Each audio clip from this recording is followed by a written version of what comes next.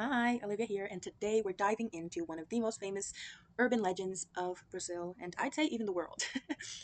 If you've been on this earth long enough, you've probably heard the tale of Bloody Mary. It's an extremely famous horror urban legend, particularly in the US. But did you know that there's a Brazilian Bloody Mary? And unlike many urban legends, this one initiated in real life. She existed, she has a final resting place, and to this day, people still claim to see her. Sit down with me and let's get into the story of Maria Augusta, the Brazilian Bloody Mary. Maria Augusta Borges was born into wealth. She was born incredibly rich. Her parents were the Viscount Francisco Borges and the Viscountess Amélia Borges. Both were of immense wealth. Her father's immense wealth was the equivalent to 0.5% of all Brazilian currency of his time period. So, yeah, daddy was loaded. But, anyways, she was born in 1865 in a town in the state of São Paulo named Guaratinguetá.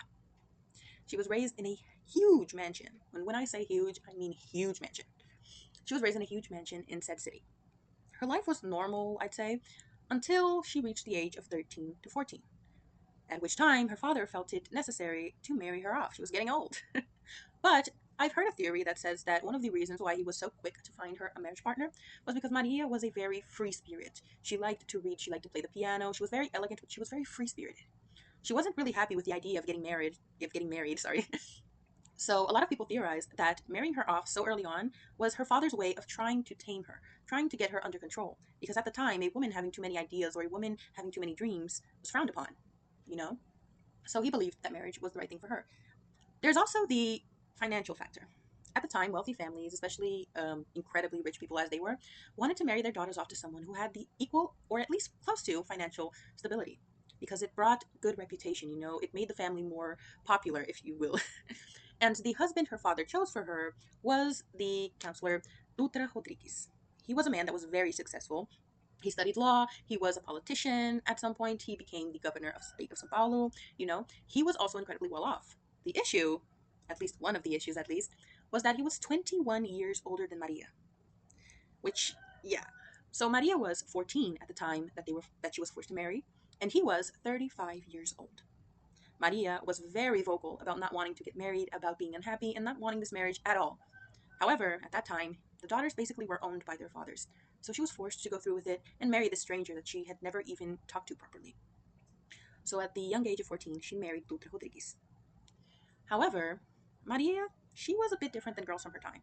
She would not accept being married for too long, and she did just that. 4 years later into the marriage, Maria, now 18 years of age, would find a way to escape.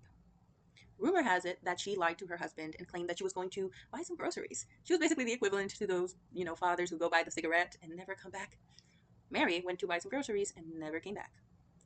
She had been, during those 4 years, she had been kind of hiding all the jewels she would get from her father and from her husband, and she had secretly been selling them off to stash some money.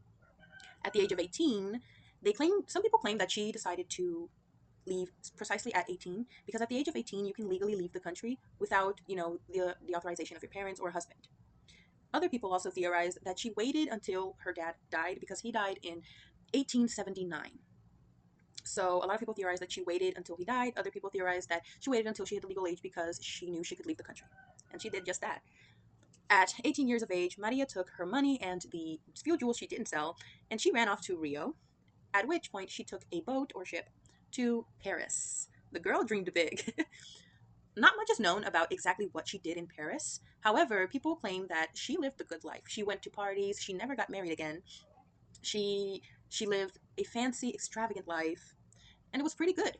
The only time she returned to Brazil was allegedly 2 years later, when she was 20 years old.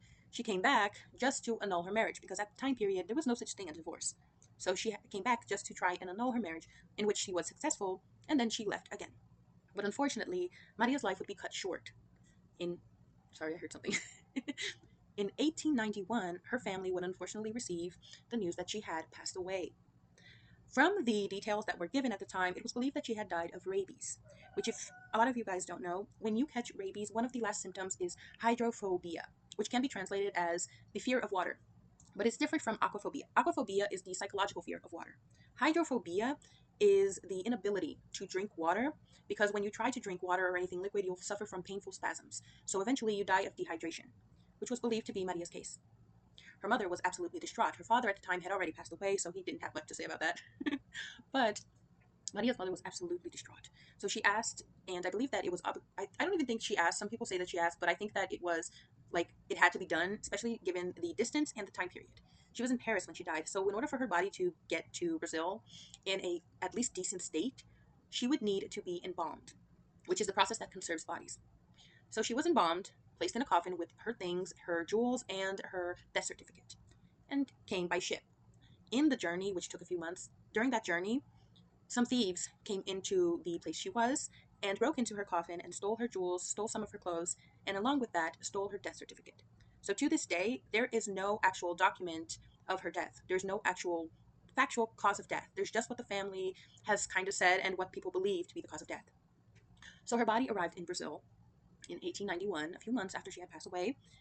Problem was, her mother was so grief stricken. She was in so much pain because, mind you, back when Maria had came back to Brazil to annul her marriage, she had tried contact with her mother and her family. But it was believed that her mother did not want to talk to her because since she had run away from a marriage, it was considered to be extremely shameful for a lady to leave her husband in such a manner.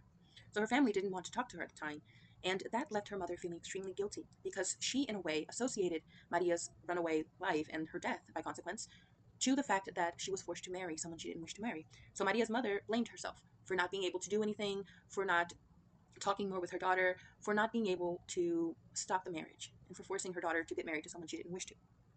And that guilt caused her to have difficulties letting go. Maria's body, after it arrived, there was no resting place for it at first, so Amelia, the Viscountess, had to build a mausoleum for Maria. The mausoleum took about 4 to 3 months to get ready. However, Amelia didn't want to put her daughter in the mausoleum. Instead, she put her in a glass coffin inside the house in her room with her favorite things, including her piano.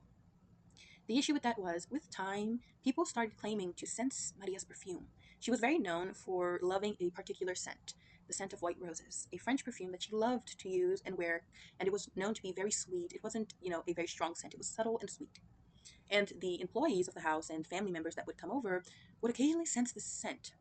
And that was not the first indicators that Maria had not exactly left. On the day of her death, without Amelia's knowledge, inside the mansion, one of the mirrors was rumored to have broken at the exact time and the exact day that she had died. Of course, there's no evidence for this, but it was what one of the employees at the time claimed, that the mirror had broken the exact day that she had passed away. Aside from that and the scent of white roses that would occasionally, be sniffed up in the air, Maria also started to appear to some people. And here's a little detail as well. Maria in life, she was a redhead. Her hair was red, a light tone of red. And people at the time said that when her body came, she was blonde. Her hair had become blonde. I sort of dug into this to try to see if there was any scientific reason for it, and what I found was that sometimes due to the process or what is done to the body after, the hair can lose a bit of pigmentation, which can cause it to become lighter, especially in the case of red hair. And I think that since Maria's hair was a light shade of red, it was easier for it to look blonde when it lost a little bit of pigmentation. So she looked blonde despite having been a redhead. And her ghost was rumored to also have taken that trait: blonde hair, white dress, black shoes, and two little cottons in her nose. People were seeing her inside the mansion, they were sensing her smell, and the thing that creeped people the most was the fact that they could hear, on occasion, her piano playing by itself. And Amelia was adamant on not burying her child. She wanted to be near her as long as possible, but she couldn't take it anymore because Amelia had been having dreams of Maria. Maria had been begging to be buried. She had been begging to rest, but Amelia was ignoring these dreams until one fateful day, Maria appeared as an apparition, not in a dream, but in front of her, and told her, "Mom, bury me." There was also a rumor, I'm not sure if this is true, but it was rumored that Amelia's sister, after having a spontaneous abortion, she was in the house while Amelia's body was also in the house, of course, and she was rumored to have woken up in the middle of the night, and she looked at the coffin. She walked through the house and she saw the coffin, and she claimed that a light emanated from it. And Maria came out of the coffin and told her sister, "I'm not a saint. Bury me. I should not be in exposition. I should be buried." And according to what I was able to find online, it's believed that Maria's sister, Maria Amelia, died a few hours after that encounter. So what happened was, Amelia finally buried her child. which should have stopped the haunting, but it didn't, because some people believed that she wanted so badly to leave that coffin that her spirit remained in the house. The family eventually sold the house to the state, so it now belonged to the state.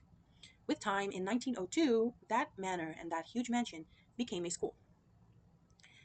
And that school is open to this day. To this day, people study in the mansion. And when that school was built, and not exactly built, they changed as little as possible because they wanted to maintain the building as close as possible to what it originally was, for historical reasons. So they maintained the building, they maintained a lot of the furniture, and they maintained the and they maintained the piano. The piano was kept in the theater of the school. So in 1902, the school officially opened, and the teachers, along with the students and many other people, started to have experiences.